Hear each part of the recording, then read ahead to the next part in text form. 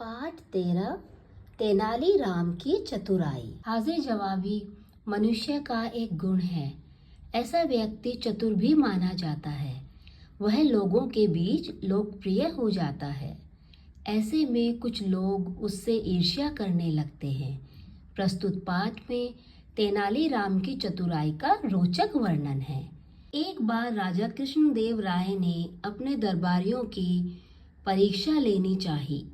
उन्होंने तेनालीराम सहित सभी दरबारियों को 10-10 अशर्फियां देकर कहा, ये अशर्फियां आपकी हैं, इन्हें आप अपने ऊपर ही खर्च करें, मगर हर एक अशर्फी को हमारा मुंह देखकर खर्च किया जाए। सभी दरबारी अशर्फियां पाकर बहुत खुश हुए।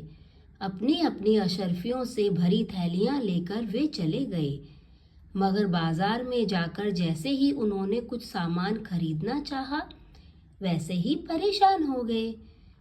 परेशानी यह थी कि अशर्फी खर्च करने से पहले महाराज का मुंह कैसे देखें। सभी दरबारियों की यही स्थिति थी। वे बेहद परेशान हो उठे। जो काम जितना आसान था, अब उतना ही टेढ़ा लग रहा था। क्या करें क्या ना करें, इसी उलझन में एक सप्ताह बीत गया। सभी दरबारी महाराज के पास पहुंचे। महाराज ने पूछा, किसने क्या क्या खरीदा? क्षमा करें महाराज, हम कुछ भी नहीं खरीद पाए। खरीदते भी कैसे? आपकी शर्त ही ऐसी थी। बाजार में हम आपके दर्शन कैसे करते, इसलिए कुछ भी नहीं खरीद सके, सभी दरबारियों ने कहा। तभी तेनालीराम वहां पहुंचे। ऊपर से नीचे तक एकदम सजे धजे, नए कपड़े, नई पगड़ी, गले में मोतियों की माला, सब कुछ एकदम नया। राजा ने पूछा, तेनाली, तुमने क्या खरीदा? महाराज, आप स्वयं ही देख रहे हैं, ऊपर से नीचे तक सब नया है, तेनालीराम ने मुस्कुराते हुए कहा।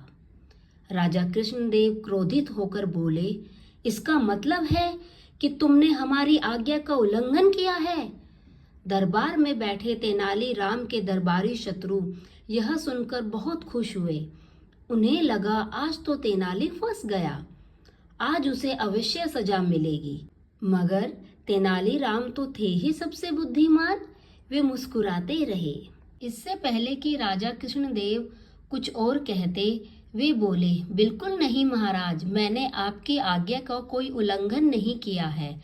मैंने अपनी प्रत्येक अशर्फी आपका पावन मुख देखकर ही खर्च की है।